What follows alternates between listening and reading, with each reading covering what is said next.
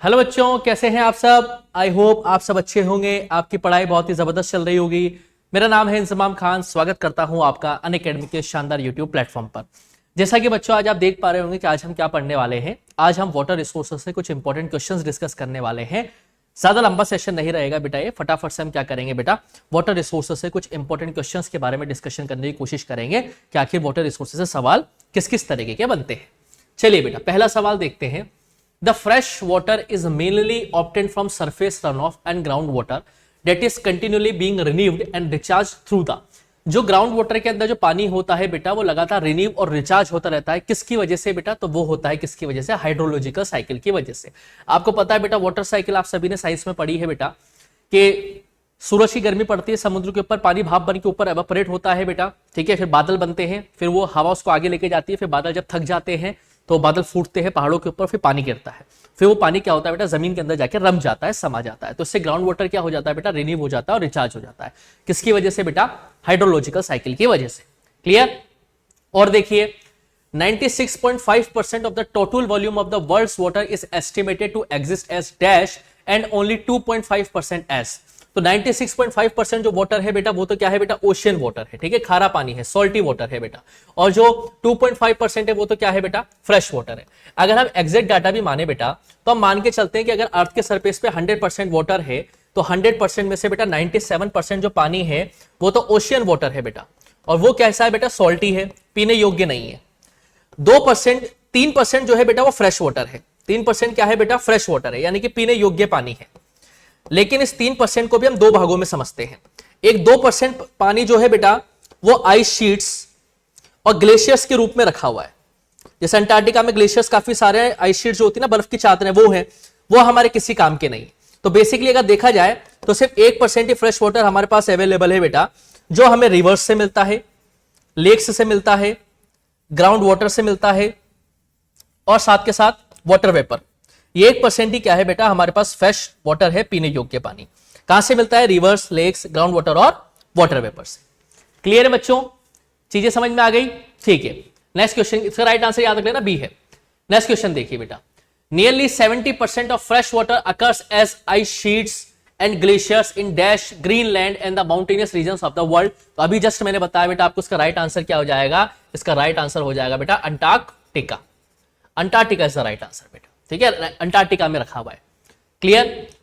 चलिए, a little less than dash of fresh water is stored as ground water in the world's aquifers, यानी कि 5 fresh water stored as ground water in the world's aquifers. तो इसका क्या right answer आ जाएगा बेटा? ए, 5%।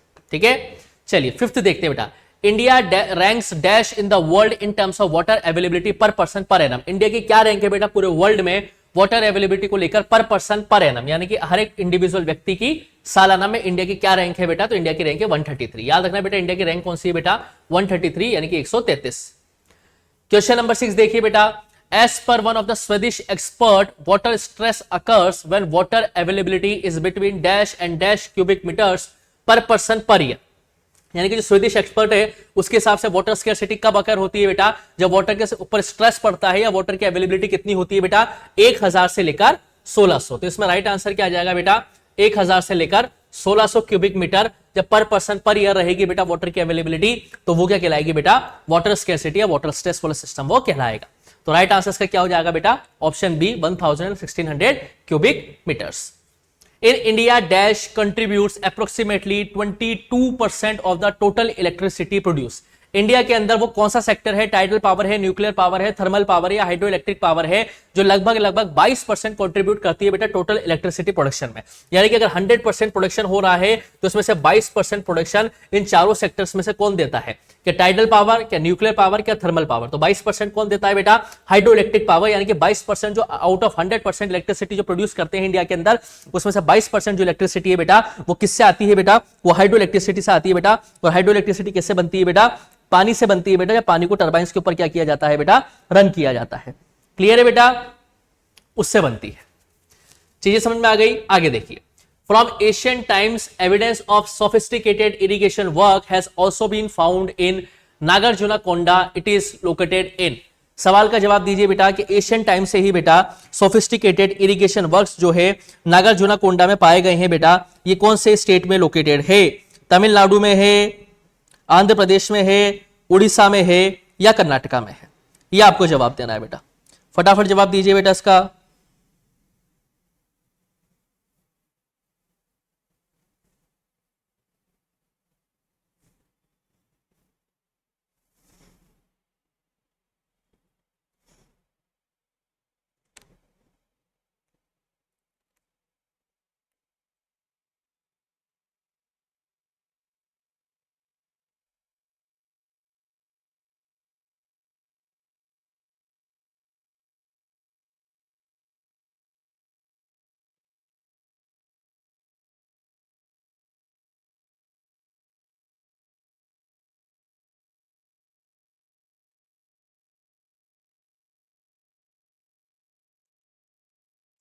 कहा है बेटा, बताइए फटाफट से। तो राइट आंसर क्या है बेटा इसका? एपी। एपी मतलब आंध्र प्रदेश, अरुणाचल प्रदेश नहीं, आंध्र प्रदेश, आंध्र डिनेस्टी, वो वाला रास्ता है बेटा, ठीक है। तो नागार्जुना कोंडा में भी इरिगेशन की टेक्निक्स देखी गई है बेटा, तो आंध्र प्रदेश में। आगे देखिए बेटा, in the 14th century the tank in dash was constructed by Iltutmish to supply water to the Siri Fort area. 14th century में इल्तुतमिश ने एक टैंक बनाया था बेटा सिरी फोर्ट एरिया को पानी सप्लाई करने के लिए। जयपुर राजस्थान नहीं बेटा, ये तो दिल्ली की बात हो रही है, दिल्ली सल्तनत की बात है। भोपाल मध्य प्रदेश नहीं, सूरत गुजरात नहीं, ये भी नहीं है, ये भी नहीं है, ये भी नहीं है। तो राइट आंसर कौन सा है बेटा? उस टैंक का नाम क्या था बेटा? हौस खास।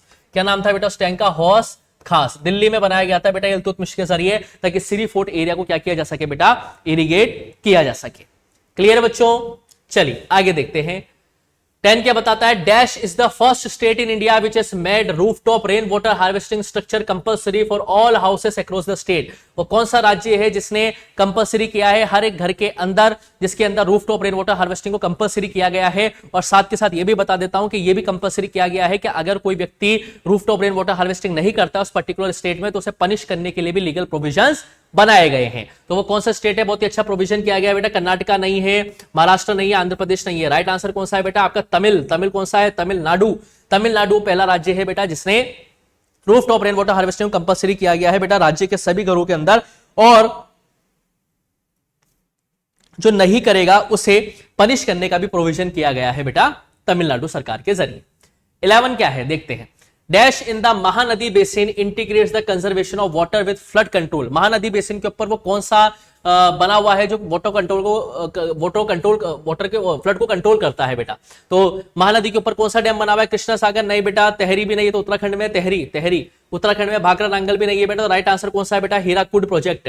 हीराकुड प्रोजेक्ट बना हुआ है बेटा महानदी के ऊपर, ठीक है बेटा। छत्तीसगढ़ से निकलती है बेटा ये, ठीक है, छत्तीसगढ़ से निकलती है बेटा ये, ठीक है। 12 in the Satluj Ravi basin the dash water is being used both for hydropower production irrigation। Sutlej व्यास नदी के बेसिन के पास वो कौन सा प्रोजेक्ट बनाया गया है बेटा जिससे हाइडल पावर यानी कि बिजली भी बनाई जाती है, साथ के साथ इरिगेशन पर्पस के लिए भी इस्तेमाल किया जाता है? नागार्जुना सागर नहीं है साउथ में बेटा, सरदार सरोवर नहीं है गुजरात में बेटा, कला नहीं, ये भी नहीं बेटा। तो राइट आंसर क्या हो जाएगा बेटा? भाखरा नांगल प्रोजेक्ट। भाखरा नांगल डैम या भाखरा नांगल प्रोजेक्ट जो है बेटा, उसमें सतलज और व्यास की नदी के पानी का इस्तेमाल करके हाइड्रो इलेक्ट्रिसिटी जनरेट करी जाती है, और साथ के साथ क्या किया जाता है बेटा? इरिगेशन के लिए भी इसके पानी को इस्तेमाल किया जाता है।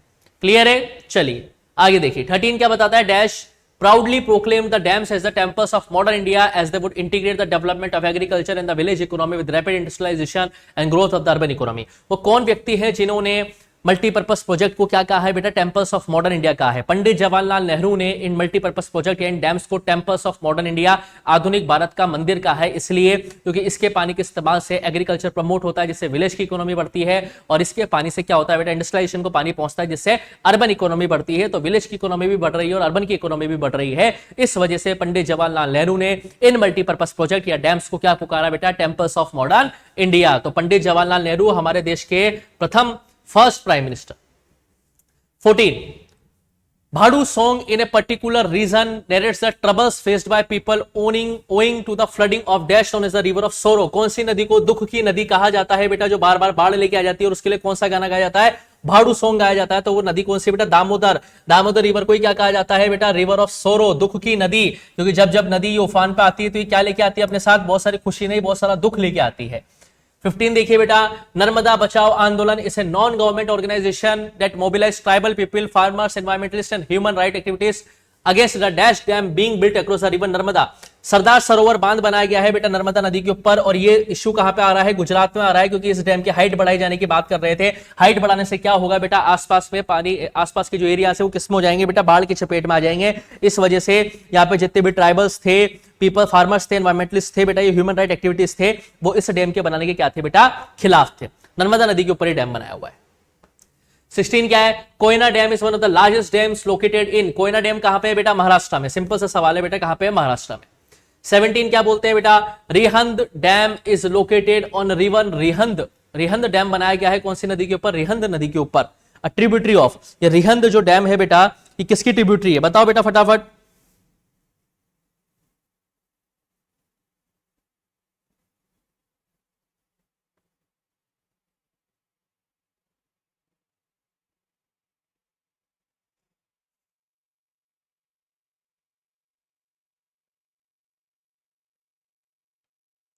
बताओ बेटा,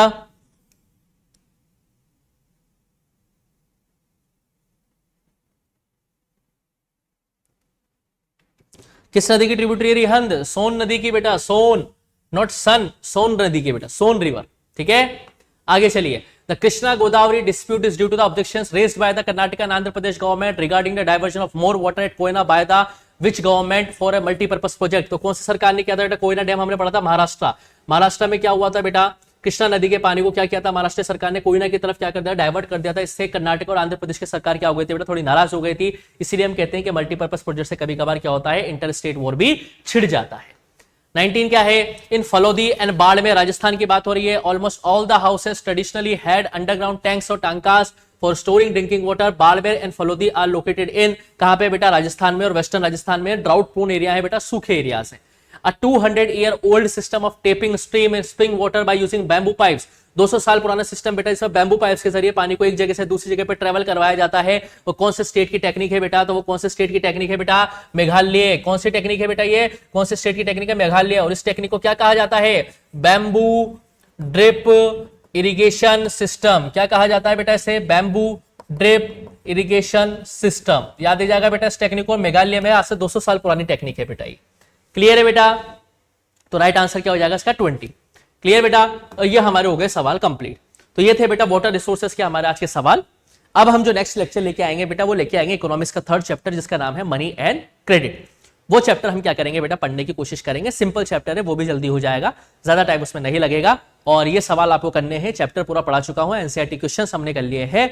अब आपको इसके कुछ इंपॉर्टेंट क्वेश्चंस करने हैं, और भी कोई डाउट हो तो आप कमेंट सेक्शन में छोड़ सकते हैं। जल्दी ही मिलूंगा आपसे नेक्स्ट वीडियो में, तब तक के लिए आप लोग पढ़ते रहिए, मस्त रहिए। Thank you, bye bye.